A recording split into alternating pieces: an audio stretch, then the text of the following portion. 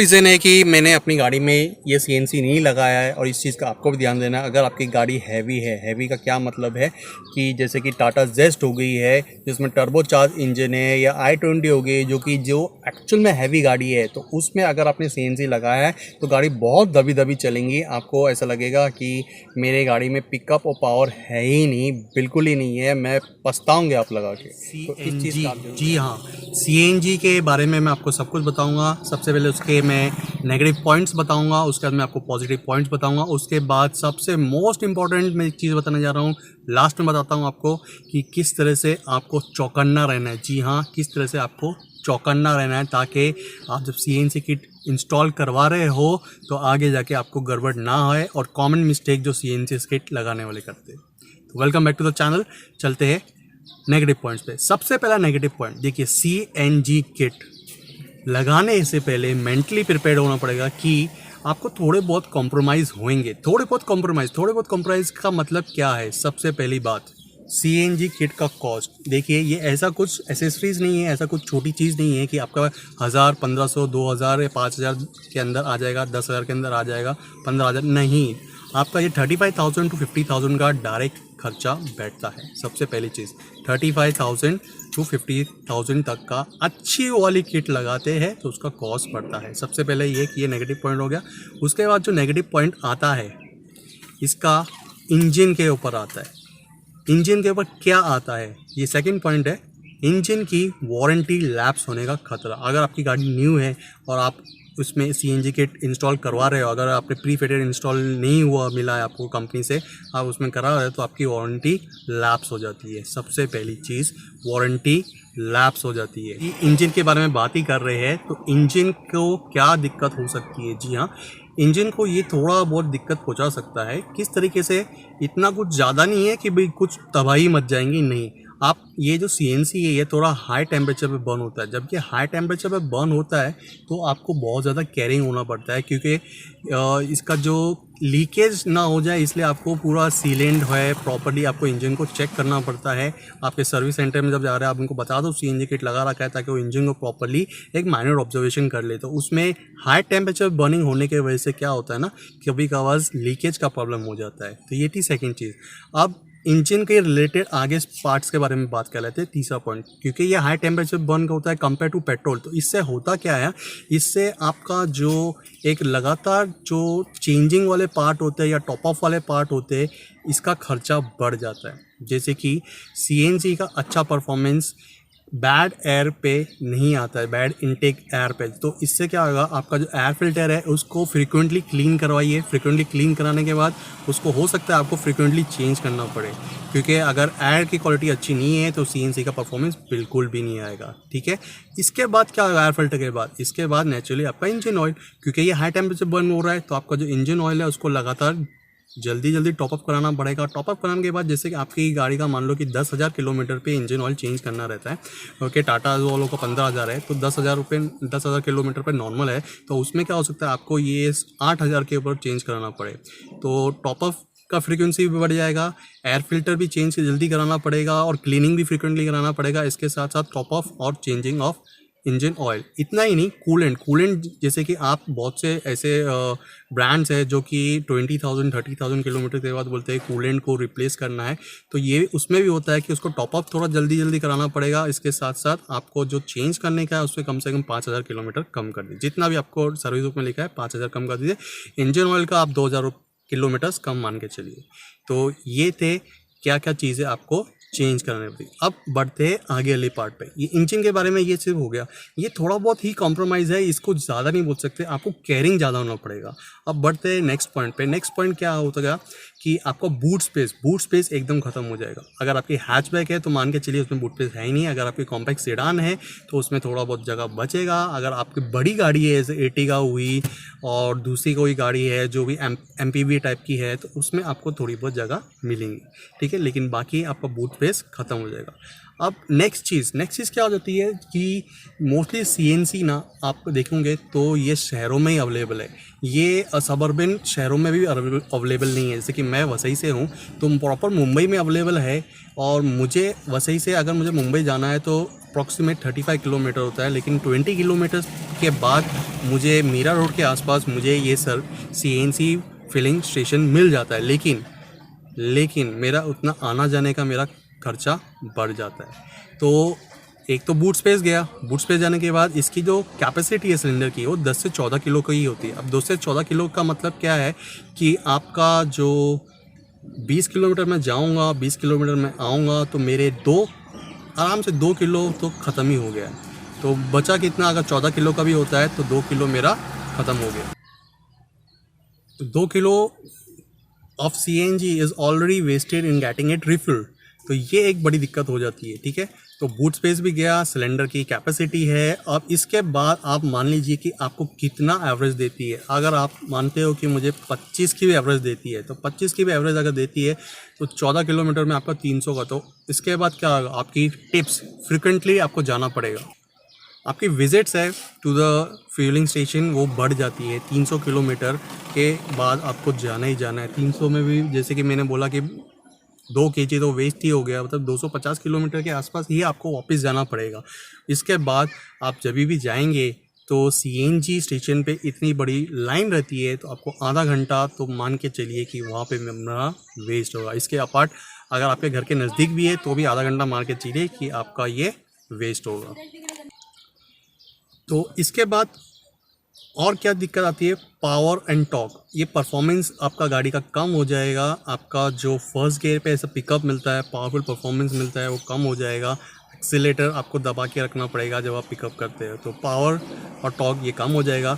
अब जब आप फर्स्ट गियर पे एक्सीलेटर दबा रहे हो और हाफ क्लच पे दबा रहे हो, क्योंकि पिकअप आपको इतना स्ट्रॉन्ग नहीं मिल रहा है, तो कहीं ना कहीं जाके ये आपके क्लच प्लेट को भी दिक्कत देगा इन लॉन्ग टर्म्स का। अभी ये पॉइंट तो वो यूजुअली कोई कंसीडर ही नहीं करता है, लेकिन मैं इस टॉपिक पे बात कर रहा हूँ कि ये दिक्कत आती है।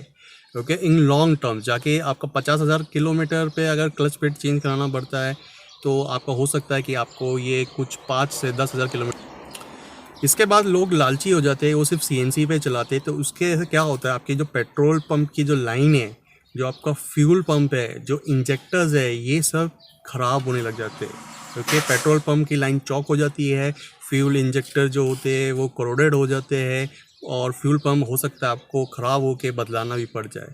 तो इस चीज़ का भी आपको ध्यान देना पड़ेगा, ठीक है। तो ये थे नेगेटिव पॉइंट्स। कर लेते हैं पॉजिटिव पॉइंट्स की। पॉजिटिव पॉइंट्स इसके कम है कंपेयर टू नेगेटिव पॉइंट्स है, लेकिन वो पॉजिटिव पॉइंट्स इतने ज़्यादा फ़ायदेमंद है कि आप चाहेंगे कि मैं अपनी गाड़ी में CNC लगवा लूँ। यस, मेरे भी दिमाग में आया था, लेकिन मुझे अपना बूट स्पेस ज़्यादा प्यारा है, इसके लिए मैंने CNC का लगाने का दिल बदल लिया। और भी एक और रीज़न है, वो आपको मैं एंड में बताता हूँ। तो सबसे पहले पॉजिटिव पॉइंट्स के ऊपर बढ़ते हैं। सबसे पहले प्रॉफिट स्टार्ट हो जाता है। आपने जो मैंने बोला, पहला नेगेटिव पॉइंट बताया था कि 35 to 50,000 अच्छा किट लगाने पे जाता है। ये आप 1 साल के अंदर आप कवर कर लेंगे। जी हाँ, 1 साल के अंदर अगर आपने 30 to 50 किलोमीटर आप रोज़ चला रहे हैं, तो आप 1 साल के अंदर ये पूरा पैसा वसूल कर लेंगे। तो प्रॉफिट की बात पहले ही पॉइंट पे बंद नहीं होती है। प्रॉफिट दूसरी बात पे हम लोग बात करते हैं कि प्रॉफिट और किस तरीके से आपको हो सकता है। आपका जो फ्यूल एफिशिएंसी है वो बढ़ जाता है। जी हाँ, अगर आपकी पेट्रोल गाड़ी 12 से 13 इन सीटी का एवरेज दे रही है, ओके रिमेंबर 12 से 13 इन सीटी दे रही है, तो ये कुछ 1.8 टाइम्स बढ़ जाता है। तो ये लगभग 24 या 25 के आसपास बढ़ जाता है। ये सेकेंड पॉइंट। इतना ही प्रॉफिट आपका नहीं रुक रहा है, अब इससे आगे भी जाएगा। इससे आगे क्या आएगा, पेट्रोल से सस्ता है CNC। तो ये तीसरा प्रॉफिट पॉइंट। अब देखिए, जो प्रॉफिट जो बढ़ रहा है ना, वो धीरे धीरे बढ़ता ही जा रहा है। आपने जो पहले खर्चा किया वो 1 साल में वसूल जाएगा। दूसरी बात, आपकी एवरेज बढ़ जाएंगी। तीसरा ये खर्चा कम होता है क्योंकि इसका कॉस्ट पेट्रोल से कम है। तो ये तीसरा पॉइंट। चौथा पॉइंट ये है एनवायरनमेंट। हम अपने आने वाले जनरेशन को क्या देते जा रहे हैं? हम अपने आने वाले जनरेशन को क्या प्योर एयर दे रहे हैं? जी हाँ या जी ना, आपके मन से पूछिए। तो अगर आप चाहते हैं कि आने वाले जनरेशन को हम प्योर एयर दें, तो CNC लगवाना ज़रूरी है। मेरी गाड़ी इतनी चलती नहीं है। अगर मेरी गाड़ी बहुत ज़्यादा चलती होती तो मैं भी इसमें CNC लगवा लेता।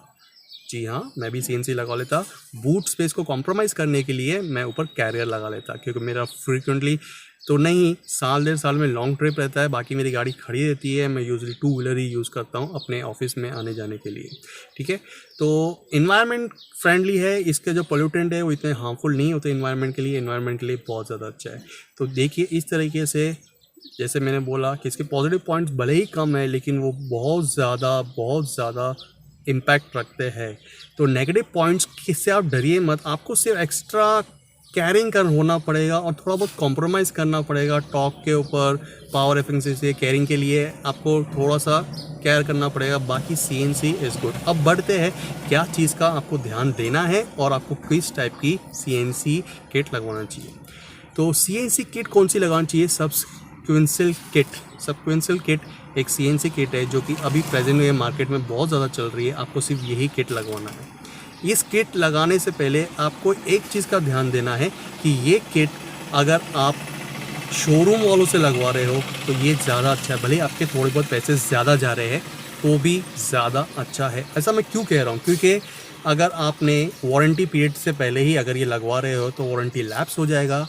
अब कंपनी तो वारंटी लैप्स कर दिया, लेकिन शोरूम वाले अपने तरफ से अपने सर्विस सेंटर में एक्सटेंडेड वारंटी के तौर पे आपको वारंटी देते हैं इंजन का, अगर उनसे आपने लगवाया है। तो अगर आप उनसे लगवा रहे हो तो ये चीज़ बहुत अच्छी चीज़ होंगी। अगर आप उनसे नहीं भी लगवा रहे हो, ठीक है, आप बाहर से लगवा रहे हो, तो आपको ये चीज़ ध्यान देना है कि पहले ही बात की खोल कर लो कि मेरे जो CNC किट आप लगाओगे तो मेरे RC में भी चढ़ा के दो। यूजुअली हम लोग ध्यान नहीं देते हैं, हम बाद में वो हमारा एक्स्ट्रा खर्चा बढ़ जाता है। तो पहले से ही बात करके रहो कि मेरे RC किट में चढ़ाओ। अगर आप शोरूम वालों से लगवा रहे हो तो वो मोस्टली चढ़ा के देते हैं, लेकिन फिर भी आपको अपनी तरफ से एक पॉइंट ये रखना है कि मेरे RC बुक में मेरे को CNC किट चढ़ा के दो। तो सब्सटेंशियल किट लगवाना है, चाहे थोड़ा कॉस्ट ज़्यादा हो, शोरूम वालों से लगवाना है, RC में चढ़वाना है, प्राइवेट वालों से लगवाना है तो भी सब्सटेंशियल लगवाना है, और RC में चढ़वाना है। इस चीज़ का आपको ध्यान देना है। इसके अलावा नॉर्मली क्या करते हैं, जब हम CNC किट लगवा लेते हैं, अब मैं बता रहा हूँ कि क्या चीज़ नॉर्मली हम लापरवाही करते हैं। हम जब CNC लगवा लेते हैं तो हम बिल्कुल भी लापरवाह हो जाते हैं। हमें लगता है CNC पे गाड़ी चल रही है ना, उठ रही है ना, तो ठीक है, हम लोग CNC पे गाड़ी चलाते हैं। उससे क्या होता है, पेट्रोल हम यूज़ ही नहीं करते, 2-3 महीने तक पेट्रोल सड़ जाता है। वो सड़ने की वजह से क्या होता है ना कि वो पेट्रोल में उतना पावर रहता ही नहीं है और डिटोरिएट हो जाता है। उसके बाद आप कभी खुदा ना खास्ता आपका किधर CNC ख़त्म हो जाए और आप पेट्रोल यूज़ करना स्टार्ट करें तो वो उतना परफॉर्मेंस देगा ही नहीं। और इससे भी बड़ी दिक्कत हो सकती है, जो मैंने नेगेटिव पॉइंट में बताया, कि आपका फ्यूल लाइन हो सकता है चौक हो गया हो, फ्यूल पंप ख़राब हो गया हो, इंजेक्टर करोडेड हो गए हो, और इस सब के वजह से आपको पेट्रोल होने पर भी आपकी गाड़ी पेट्रोल से नहीं चलेंगी। तो ये एक डेंजरस सिचुएशन हो सकती है, और जो प्रॉफिट आपने कमाया इतने सालों से वो CNC यूज़ करते करते वो पूरा एक बार में निकल जाएगा। तो इस चीज़ का आपको ज़रूर ध्यान देना है कि CNC लगवाते हो तो दिन में अगर आप 30 किलोमीटर गाड़ी चलाते हो तो कम से कम 5 किलोमीटर तो यार पेट्रोल पे चला लो, और ट्राई करो कि पेट्रोल पे ही गाड़ी को उठाओ, पेट्रोल पे ही गाड़ी को स्टार्ट करो। तो आई होप आपको ये वीडियो इन्फॉर्मेटिव लगी होगी। अगर इन्फॉर्मेटिव लगी है तो प्लीज़ लाइक कीजिए, सब्सक्राइब कीजिए और शेयर कीजिए। सब्सक्राइब नाउ, अभी बाद का कुछ नहीं भरोसा है, मेरा भी भरोसा नहीं मैं बाद में हूँ कि नहीं हूँ, इसलिए सब्सक्राइब अभी कीजिए ताकि आप कोई भी इंपॉर्टेंट इन्फॉर्मेशन ना मिस करें। मैं ऐसे ही वीडियोस लाता रहता हूं जिसमें आपको ऑटोमोबाइल्स के बारे में नॉलेज प्रोवाइड करता रहता हूं। और आपको कुछ डाउट है, कुछ चाहते हो कि मैं इस टॉपिक पे वीडियो बनाओ, तो प्लीज़ डिस्क्रिप्शन और नीचे जाके कमेंट सेक्शन में कमेंट कीजिए ताकि I can make the videos. मैंने बहुत बार मेरे सब्सक्राइबर ने बोला है, मैंने उनको जल्द से जल्द बनाने की कोशिश की है और जल्द से जल्द मैंने उनको। जय हिंद, टेक केयर, मिलते हैं अलग एक न्यू वीडियो में नेक्स्ट वीक में। और जो अभी भी गाड़ी चलाइए तो मेक श्योर कि एक बार गाड़ी के नीचे जाके देख लीजिए कि कोई भी डॉग या कोई भी स्ट्रे एनिमल तो नहीं है। यूजुअली हम लोग ऐसे ही गाड़ी स्टार्ट कर देते हैं, तो इस चीज़ का आप ध्यान दीजिए। इसके अलावा सीट बेल्ट पहनिए, डॉक्यूमेंट्स अपने रखिए और drive carefully because there is someone waiting at home for you. Bye, जय हिंद, टेक केयर।